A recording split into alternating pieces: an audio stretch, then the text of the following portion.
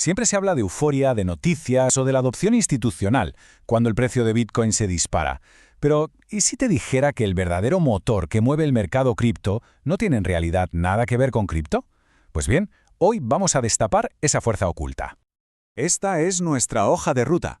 Para llegar a entender por qué una cartera de criptoactivos sube o baja de repente, primero tenemos que hacer un viaje al mismísimo corazón del sistema financiero tradicional.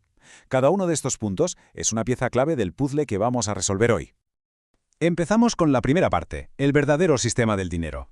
Vamos a olvidarnos por un momento de los titulares sobre criptomonedas. La clave de todo esto está en entender cómo funciona el juego del dinero real, el que mueven los gobiernos y los bancos centrales. Aquí es donde empieza todo de verdad. A ver, si le preguntas a cualquiera por qué se mueven los mercados cripto, las respuestas típicas pues se quedan en la superficie. Pero el factor que lo decide todo no está en la blockchain, sino en el mercado más grande y antiguo del mundo. Un auténtico gigante silencioso. Y con esto llegamos a la segunda parte. Los bonos del Estado. Aquí está la primera gran pieza de nuestro puzzle. Un activo que, aunque pueda sonar un poco aburrido, es el verdadero centro de gravedad del universo financiero. Su influencia lo es todo. En el fondo, un bono no es más que un pagaré profesional, pero a una escala masiva. Básicamente, los gobiernos y las grandes empresas dicen, oye, préstame dinero hoy y yo te lo devuelvo en el futuro con unos intereses. Tan simple como eso, y a la vez, increíblemente poderoso.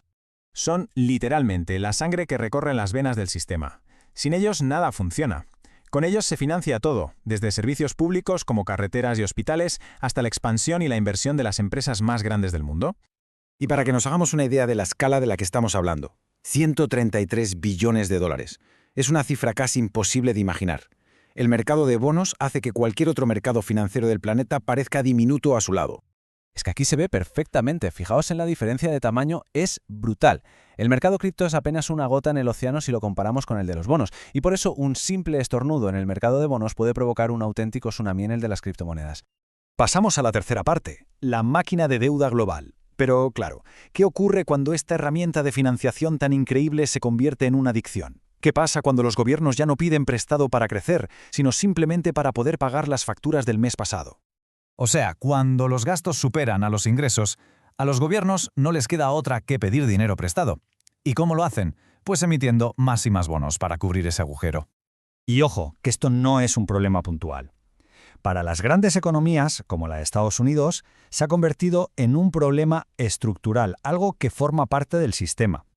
Y esto crea un círculo vicioso peligrosísimo, en el que para pagar la deuda antigua tienes que asumir una deuda nueva que es todavía más cara. Es como intentar apagar un fuego con gasolina. Por cierto, si este tipo de análisis te está sirviendo, recuerda que la mejor forma de apoyarnos es suscribiéndote, dándole like y activando la campanita para no perderte nada. Vale, ya tenemos el problema sobre la mesa. Ahora vamos a ver cómo esta presión enorme sobre las finanzas de los gobiernos nos acaba impactando directamente a todos en el resto de mercados. Al final, todo se reduce a esta simple pregunta. Si pudieras obtener una rentabilidad bastante buena con un bono del Estado que se considera lo más seguro del mundo, ¿te arriesgarías a invertir en acciones o en criptomonedas? La respuesta de millones de inversores a esta pregunta lo cambia absolutamente todo. Esto funciona como una balanza, pensadlo. Cuando los tipos de interés están bajos, el dinero es barato y los bonos pagan poquísimo. Entonces los inversores buscan rentabilidad donde sea y el capital fluye a puertas hacia activos de riesgo como los criptoactivos. Pero claro, cuando los tipos suben, la balanza se inclina. Los bonos de repente se vuelven muy atractivos y absorben toda esa liquidez, dejando secos a los mercados de riesgo. Y esto es fundamental que lo entendamos. Cuando los activos de riesgo caen en picado, no es por pánico, ni porque los proyectos hayan fallado. Es sencillamente porque no hay suficiente dinero para sostener sus precios. La marea de la liquidez ha bajado y todos los barcos, sin excepción, bajan con ella. Y todo esto nos lleva a la conexión final, a entender cómo esta marea global de dinero es la que dicta los ciclos de Bitcoin y de todo el mercado cripto. A ver, aunque las narrativas y la adopción juegan su papel, por supuesto, los mayores movimientos de precio de la historia siempre han coincidido con un único factor clave, el regreso de la liquidez al sistema. La historia nos muestra un patrón que es clarísimo. A medida que el dinero vuelve a fluir, Bitcoin actúa como la puerta de entrada principal. Y justo después, las altcoins le siguen, pero de una forma mucho más explosiva. Y es que, en el fondo, la idea central de Bitcoin fue una respuesta directa a este mismo ciclo de deuda y de creación de dinero que acabamos de explorar. Lo que hace que la situación actual sea tan crítica es esta combinación de factores, que no se había dado nunca antes. Esto sugiere que el próximo ciclo podría ser más rápido y más intenso que cualquiera que hayamos visto. Ahora, antes de la reflexión final, es muy importante recordar que en este canal no damos consejos de inversión. Toda la información presentada es con fines educativos y de entretenimiento. Cualquier inversión es responsabilidad única de cada uno. No nos hacemos responsables de las decisiones financieras que se tomen.